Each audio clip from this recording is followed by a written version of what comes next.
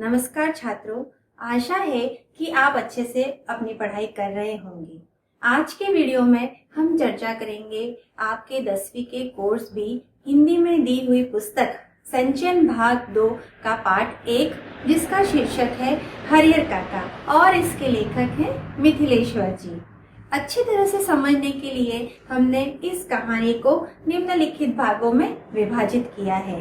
पहला भाग आपको लेखक के बारे में बताता है, दूसरा भाग कहानी के सारांश और भाव पर केंद्रित है, तीसरा भाग कहानी को विस्तार से बतलाता है और चौथा और अंतिम भाग इस कहानी का निष्कर्ष बताता है। तो विषय वस्तु पर चर्चा करने से पहले अगर हम आसपास की बातों को जान लेंगे तो हमारा काम काफी आसान हो जाएगा। इसलिए पहले हम थोड़ा लेखक मिथिलेश्वर जी के बारे में जानते हैं और फिर उनकी लेखन पे ध्यान देंगे। तो दोस्तों, मिथिलेश्वर जी का जन्म 31 दिसंबर 1950 को बिहार के भोजपुर जिले के बैसाडीहा नामक गांव में हुआ। इन्होंने हिंदी में एमए और पीएचडी करने के उपरांत व्यवसाय के रूप में अध्यापन कार्य को चुना।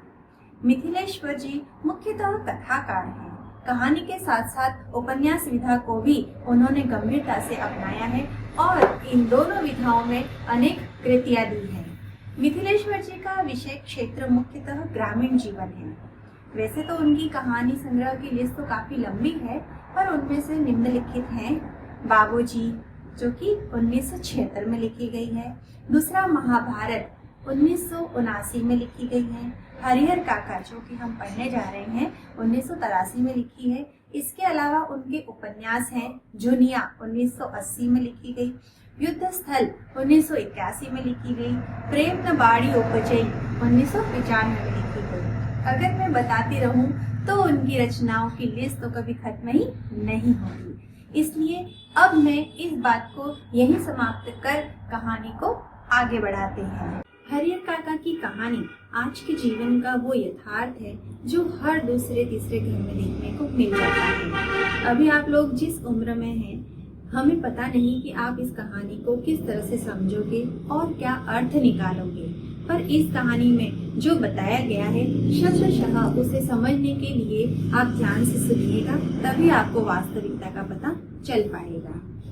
इस कहानी से या फिर हम अगर आसपास ही देख लें तो पता चलता है कि संपत्ति के लिए रिश्ते नाते, जमीर, धर्म, सभी बातों को लोग नजरअंदाज करने को तैयार होते हैं। उन्हें संपत्ति के आगे कुछ भी नहीं दिखता है।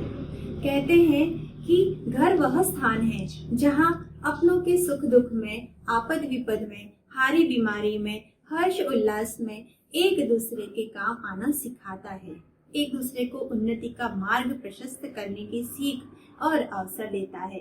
वहीं दूसरी ओर धर्मस्थल इसी अपनेपन को, इसी सहृदयता को, सहयोग की इसी भावना को अपनों से कहीं आगे प्राणी मात्र तक विस्तार करने की समझ और संस्कार देता है। लेकिन हमारी इस पाठ्य पुस्तक में दी हुई इस कहानी में स्थिति इसके बिल्कुल विपरीत है और आज के समय में ये हकीकत भी है।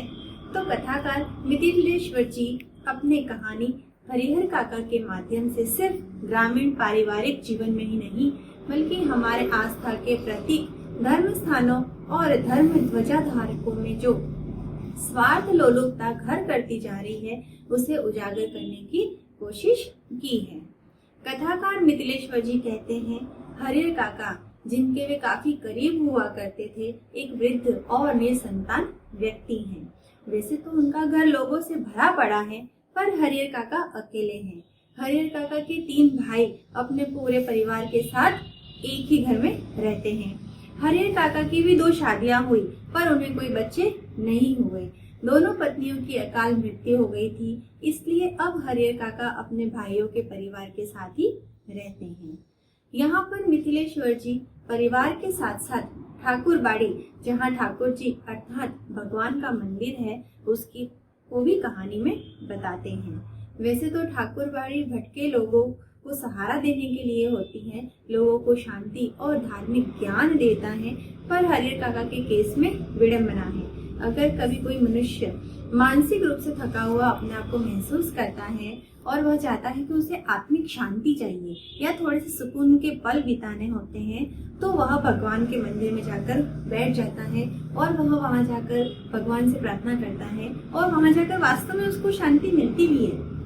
लेकिन अगर हम हरिहर काका में इस चीज की बात करें तो यहाँ पर भी भगवान तो समान ही काम कर रहे हैं, लेकिन कहानी में जब हरिहर काका की बात करते हैं तो यहाँ परिस्थितियां बहुत ज्यादा विपरीत हो रही होती हैं। यहाँ पर परिवार के सदस्य और ठाकुर बाड़ी के महंत जो कि वहाँ के पंडित होते हैं, दोनों उनके लिए काल और विकराल बन गए हैं। दोनों ही एक एक कर उनकी 15 बीघे जमीन के लिए उन्हें मार ही देते और स्थिति ये आ गई थी कि हरिहर काका को पुलिस की सुरक्षा में रखा जाने लगा।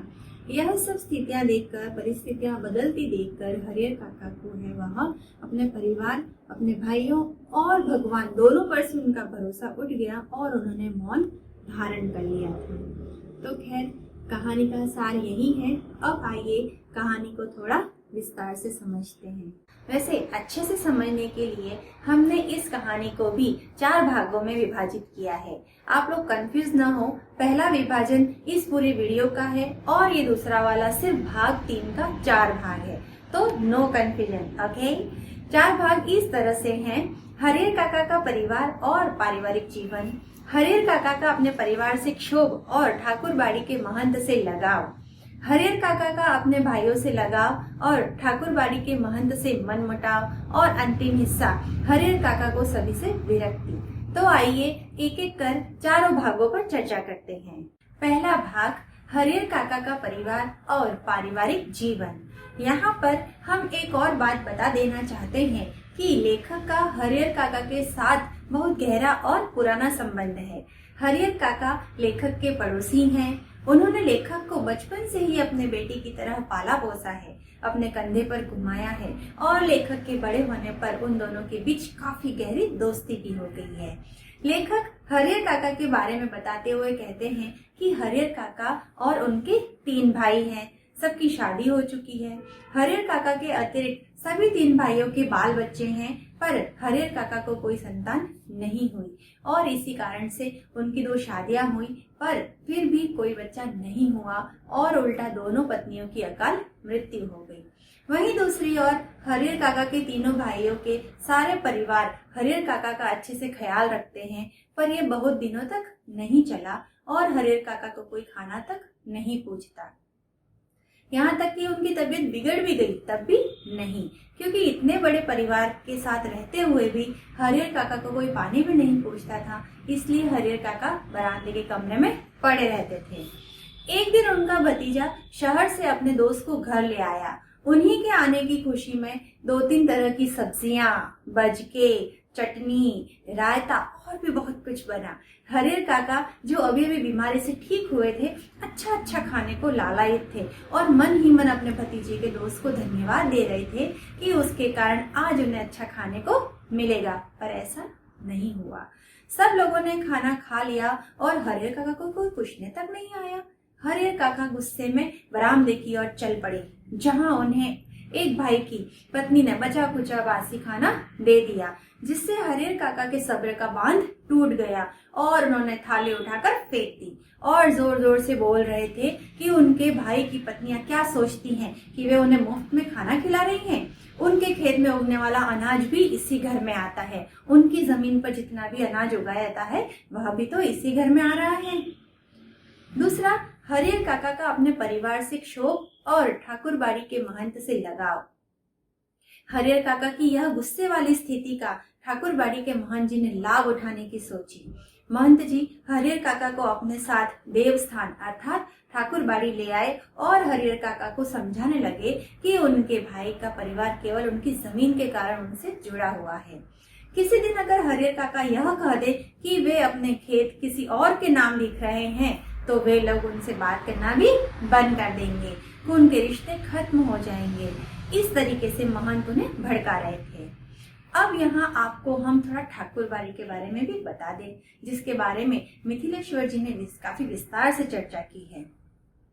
लेखक ने गांव की पूर्व दिशा में ठाकुर जी का विशाल मंदिर था, जिसे गांव के लोग ठाकुर बाड़ी यानी देवस्थान कहते थे।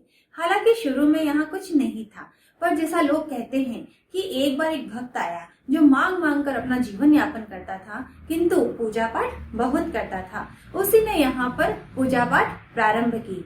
धीरे धीरे गांव के लोगों की भी आस्था बढ़ी और वे छोटा सा पूजा स्थल एक विशाल ठाकुरबाड़ी बन गया। लोग ठाकुर जी से पुत्र की मन्नत मांगते, मुकदमे जीतने की मांग करते, लड़की की शादी किसी अच्छे घर में हो जाए, लड़के को नौकरी मिल जाए आदि मन्नत मांगते थे।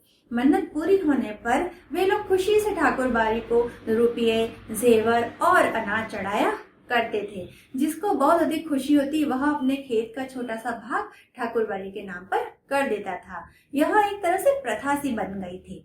अब ये ठाकुरबाड़ी इतनी बड़ी हो गई थी कि उस गांव के लोग गांव के नाम से नहीं बल्कि उस देवस्थान अर्थात ठाकुरबाड़ी के नाम से उसको जानने लगे थे। उनके गांव का यह देवस्थान उस इलाके का सबसे बड़ा और प्रसिद्ध देवस्थान था। हरिहर काका ने अपनी परिस्थितियों के कारण देवस्थान में जाना बंद कर दिया था, क्योंकि उनका मन वहां पर नहीं लगता था। मन बहलाने के लिए लेखक भी कभी कभी देवस्थान चला जाता था, लेकिन मिथिलेश्वर जी कहते हैं कि वहां के साधु संत उन्हें बिल्कुल भी पसंद नहीं थे। क्यों? क्योंकि वे काम करने में कोई दिलचस्पी नहीं रखते थे। भगवान को भोग लगाने के नाम पर वे दिन के दोनों समय हलवा पूड़ी बनवाते थे और आराम से पड़े रहते थे। सारा काम वहां आए लोगों से सेवा कराने के नाम पर करवाते थे। वे खुद अगर कोई काम करते थे या तो बातें बनाने का या फिर लोगों को उल्लू बनाने का। महंत जी हरिहर काका के मनोस्थिति का फायदा उठाने के ख्याल को समझते हुए कहते हैं कि उनके हिस्से में जितने खेत हैं वे उनको ठाकुरबाड़ी के नाम पर लिख देने चाहिए। ऐसा करने से उन्हें सीधे स्वर्ग की प्राप्ति होगी। दूसरी ओर जब हरिहर काका के भाइयों को यह बात पता चली तो वे बेचैन हो गए। अपने पत्नियों को डांट लगाई और चले आए ठाकुरबाड़ी भाई को वापस घर ले जाने। पर महंत जी ने रात वहीं रुकने को बोला और उन तीनों भाइयों को यह कहकर वापस भेज दिया कि अब हरिहर काका सुबह ही जाएंगे। सुबह होते ही हरिहर काका के तीनों भाई देवस्थान पहुंच गए। तीनों हरिहर काका के पांव में गिर कर गिड़गिड़ाने लगे और अपनी पत्नियों की गलतियों की माफी मांगने लगे और कहने लगे कि वे अपनी पत्नियों को उनके साथ किए गए इस तरह के व्यवहार की सजा भी देंगे। हरिहर काका के मन में दया का भाव जाग गया और वे घर वापस लौट आए। जब अपने भाइयों के समझाने के बाद हरिहर काका घर वापस आए तो घर वालों के व्यवहार में आए बदलाव को देखकर बहुत ज्यादा खुश हो गए। घर के सभी छोटे बड़े सभी हरिहर काका का आदर सत्कार करने लगे। हरिहर काका का मन ही मन इसका श्रेय किसको दिया? ठाकुरबाड़ी के महंत को दिया। इसी बीच गांव के लोग हरिहर काका की काफी चर्चा करने लगे। जब भी कहीं बैठते तो बातों का ऐसा सिलसिला चलता जिसका कोई अंत नहीं था। कुछ लोग कहते कि हरिहर काका को अपनी जमीन भगवान के नाम लिख देनी चाहिए, इससे उत्तम और अच्छा कुछ नहीं हो सकता। इससे हरिहर काका को कभी न खत्म होने वाली प्रसिद्धि प्राप्त होगी। इसके विपरीत कुछ लोगों का यह मानना था कि भाई का परिवार भी तो अपना ही परिवार होता है, अपनी जायदाद उन्हें न देना उनके साथ अन्याय करना होगा। पर हरिहर काका के मन में तो कुछ और ही चल रहा था। इस विषय पर हरिहर काका ने बहुत सोचा और अंत में इस परिणाम पर पहुंचे कि अपने जीते जी वह अपनी जायदाद का स्वामी किसी और को नहीं बनाएंगे, फिर चाहे वह अपना भाई हो या मंदिर का महंत। क्योंकि उन्हें अपने गांव और इलाके के वे कुछ लोग याद आए जिन्होंने अपने जीते जी अपनी जायदाद अपने रिश्तेदारों या फिर अपने परिवार वालों के नाम लिख दी थी। इसके बाद उनका जीवन बाद में किसी कुत्ते की तरह हो गया था। न उन्हें कोई पूछने वाला होता था, न ही उन्हें कोई खाना देने वाला होता था। हरिहर काका बिल्कुल भी पढ़े लिखे नहीं थे, परंतु अपने जीवन में एकदम हुए बदलाव को समझने में उन्होंने कोई गलती नहीं की और उन्होंने फैसला कर लिया कि वे जीते जी किसी को भी अपनी जमीन नहीं लिखेंगे। हरिहर काका का अपने भाइयों से लगाव और ठाकुरबाड़ी के महंत से मनमुटाव। इस बीच एक और घटना घटी, वो ये कि जैसे जैसे समय बीत रहा था महंत जी की परेशानियां बढ़ती जा रही थी। उन्हें लग रहा था कि उन्होंने हरिहर काका को फंसाने के लिए जो जाल फेंका था हरिहर काका उससे बाहर निकल गए हैं। यह बात महंत जी को सहन नहीं हो रही थी। एक दिन क्या हुआ, आधी रात को आसपास देवस्थान के साधु संत और उनके कुछ साथी भाला, गंडासा और बंदूकों के साथ अचानक ही हरिहर काका के आंगन में आ गए। इससे पहले हरिहर काका के भाई कुछ सोचे और किसी को अपनी सहायता के लिए आवाज लगाएं, तब तक बहुत देर हो गई थी। हमला करने वाले हरिहर काका को अपनी पीठ पर डालकर कहीं गायब हो गए। वे हरिहर काका को देवस्थान ले गए। एक और तो देवस्थान के अंदर जबरदस्ती हरिहर काका के अंगूठे के निशान लेने और पकड़कर समझाने का काम चल रहा था, तो वहीं दूसरी ओर हरिहर काका के तीनों भाई गांव वालों को लेकर ठाकुरबाड़ी आ गए तथा उन साधुओं का सामना नहीं कर पाए और लौट गए। पर सुबह होने से पहले ही पुलिस की जीप को लेकर देवस्थान पहुंच गए थे। महंत और उनके साथियों ने हरिहर काका को कमरे में हाथ और पांव बांध कर रखा था और साथ ही साथ उनके मुंह पर कपड़ा ठूसा गया था ताकि वे आवाज न कर सके। परंतु हरिहर काका दरवाजे तक लुढ़कते हुए आ गए और दरवाजे पर अपने पैरों से धक्का लगा रहे थे ताकि बाहर खड़े उनके भाई और पुलिस उन्हें बचा सके। दरवाजा खोलकर हरिहर काका को बंधन मुक्त किया गया। हरिहर काका ने पुलिस को बताया कि वे लोग उन्हें उस कमरे में इस तरह बांधकर कहीं गुप्त दरवाजे से भाग गए हैं और उन्होंने कुछ खाली और कुछ लिखे हुए कागजों पर हरिहर काका के अंगूठे के निशान जबरदस्ती ले लिए हैं। इस घटना के बाद हरिहर काका फिर अपने भाइयों के परिवार के साथ रहने लग गए थे। अब वो बरामदे में नहीं, घर के अंदर रहने लगे थे। उनके लिए 24 घंटे पहरे दिए जाने लगे थे। यहाँ तक कि अगर हरिहर काका को किसी काम से गांव में जाना पड़ता तो हथियारों के साथ 4-5 लोग हमेशा ही उनके साथ रहने लगे। लेखक कहते हैं कि हरिहर काका के साथ जो कुछ भी हुआ था उससे हरिहर काका एक सीधे साधे और भोले किसान की तुलना में चालाक और बुद्धिमान हो गए थे। उन्हें अब सब कुछ समझ में आने लगा था कि उनके भाइयों का अचानक से उनके प्रति जो व्यवहार परिवर्तन हो गया था, उनके लिए जो आदर सम्मान और सुरक्षा वे प्रदान कर रहे थे, वह उनको कोई सगे भाइयों का प्यार नहीं था, बल्कि वे सब कुछ उनकी धन दौलत के कारण कर रहे थे। नहीं तो वे हरिहर काका को पूछते तक नहीं। जब से हरिहर काका देवस्थान से वापस घर आए थे, उसी दिन से हरिहर काका के भाई और उनके दूसरे नाते रिश्तेदार सभी यह सोच रहे थे कि हरिहर काका को कानूनी तरीके से उनकी जायदाद को उनके भतीजों के नाम कर देना चाहिए। क्यों? क्योंकि जब तक हरिहर काका ऐसा नहीं करेंगे, तब तक महंत की तेज नजर उन पर टिकी रहेगी और वो कभी भी उन पर आक्रमण कर सकता है। पर हरिहर काका इस बात को मानने को तैयार नहीं थे। उनका कहना था कि वे जमीन साथ तो ले जाएंगे नहीं, मरने के बाद तो उन्हीं का सब हो जाना है, इसलिए अपने जीते जी वे किसी को नहीं देंगे। जब हरिहर काका के भाई हरिहर काका को समझाते समझाते थक गए, तो उन्होंने हरिहर काका को डांटना और उन पर दबाव डालना शुरू कर दिया। एक रात तो हद ही हो गई। हरिहर काका के भाइयों ने भी उसी तरह का व्यवहार किया जैसा महंत और उनके सहयोगियों ने किया था, अर्थात उन्हें मारना पीटना शुरू कर दिया और जबरदस्ती अंगूठे के निशान लेने शुरू कर दिए। उन्हें धमकाते हुए कह रहे थे कि खुशी खुशी कागज पर जहाँ जहाँ हम कह रहे हैं वहाँ वहाँ पर अंगूठे के निशान लगाते जाओ, नहीं तो वे उन्हें मार देंगे और घर के अंदर ही कहीं गाड़ देंगे, गांव वालों को खबर तक नहीं मिलेगी। और हरिहर काका के साथ अब उनके भाइयों की मारपीट शुरू हो गई। जब हरिहर काका अपने भाइयों का मुकाबला नहीं कर पा रहे थे, तो उन्होंने जोर जोर से चिल्लाकर अपनी मदद के लिए गांव वालों को आवाज लगाना शुरू कर दिया। तब उनके भाइयों को ध्यान आया कि उन्होंने हरिहर काका का मुंह पहले ही बंद कर लेना चाहिए था, लेकिन वो ऐसा नहीं कर पाए थे, तो उनकी आवाजें वह गांव तक पहुंच गई थी। उन्होंने उसी पल हरिहर काका को जमीन पर पटका और उनके मुंह में कपड़ा ठूस दिया, लेकिन तब तक बहुत देर हो गई थी।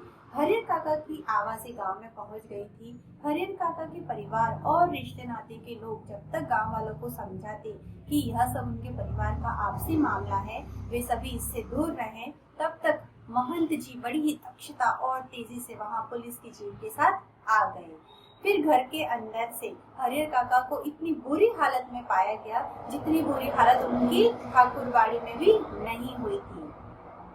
हरिहर काका ने बताया कि उनके भाइयों ने उनके साथ बहुत ही ज्यादा बुरा व्यवहार किया है, जबरदस्ती बहुत से कागजों पर उनके अंगूठे के निशान ले लिए हैं, उनकी मर्जी के खिलाफ उनके अंगूठे के निशान लिए गए हैं, उन्हें बहुत ज्यादा मारा पीटा है। कहानी के अंतिम हिस्से की अब हम बात करते हैं। हरिहर काका के साथ जो भी दुर्व्यवहार हुआ था, उसके बाद उनका परिवार से मोह खत्म हो चुका था और उनको सबसे विरक्ति हो गई थी। इस घटना के बाद हरिहर काका अपने परिवार से एकदम अलग रहने लगे थे। उन्हें उनकी सुरक्षा के लिए 4 राइफलधारी पुलिस के जवान मिले थे। आश्चर्य की बात तो यह है कि इसके लिए उनके भाइयों और महंत जी की ओर से काफी प्रयास किए गए थे। हम समझ सकते हैं कि महंत जी चाहते थे कि उनके भाइयों को जमीन ना मिले और उनके भाई चाहते थे कि महंत जी को जमीन ना मिले, इसलिए दोनों ने ही उनकी सुरक्षा के कड़े प्रबंध किए थे। खैर, इसके पीछे भी कारण था, उन दोनों को हरिहर काका से कोई हमदर्दी नहीं थी। असल में भाइयों को चिंता थी कि हरिहर काका अकेले रहने लगेंगे तो देवस्थान के ठाकुरबाड़ी के महंत और पुजारी फिर से हरिहर काका को बहला फुसला कर ले जाएंगे और जमीन है वह ठाकुरबाड़ी के नाम करवा लेंगे। और यही चिंता महंत जी को भी थी कि हरिहर काका को अकेला और असुरक्षित पाकर उनके भाई फिर से उन्हें पकड़कर मारेंगे और जमीन को अपने नाम करवा लेंगे। लेखक कहता है कि हरिहर काका से जुड़ी बहुत सी खबरें गांव में फैल रही थी। जैसे जैसे दिन बढ़ रहे थे, वैसे वैसे डर का माहौल बन रहा था। सभी लोग सिर्फ यही सोच रहे थे कि हरिहर काका ने अमृत तो पिया हुआ है नहीं, तो मरना तो उनको एक न एक दिन है ही, और जब वे मरेंगे तो पूरे गांव में तूफान आ जाएगा, क्योंकि महंत और हरिहर काका के परिवार के बीच जमीन को लेकर लड़ाई हो जाएगी। वहीं दूसरी ओर पुलिस के जवान हरिहर काका के खर्चे पर ही खूब मौज मस्ती कर रहे थे।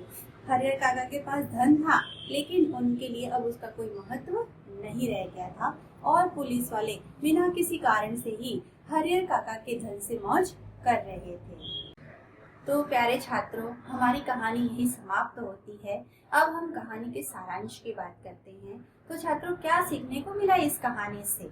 कि आज की जिंदगी का यही यथार्थ है। आप जिस ओर भी जाओगे, समाचार पत्र पढ़ोगे, दूरदर्शन समाचार सुनोगे, सभी जगह ऐसी चर्चा आम बात है। लोग थोड़ी सी संपत्ति के लिए रिश्ते नाते, मर्यादा, धर्म सभी को तिलांजलि चढ़ा चुके हैं। जमीन के एक टुकड़े के लिए कोई भी काम करने को तैयार है, किसी भी हद तक गिरने को तैयार है। इसीलिए मिथिलेश्वर जी की यह कहानी है तो एक छोटे से गांव की, पर ये पूरे देश की एक शब्दशः प्रासंगिक कहानी है। तो प्यारे छात्रों, हम अपनी कहानी को यहीं विराम देते हैं।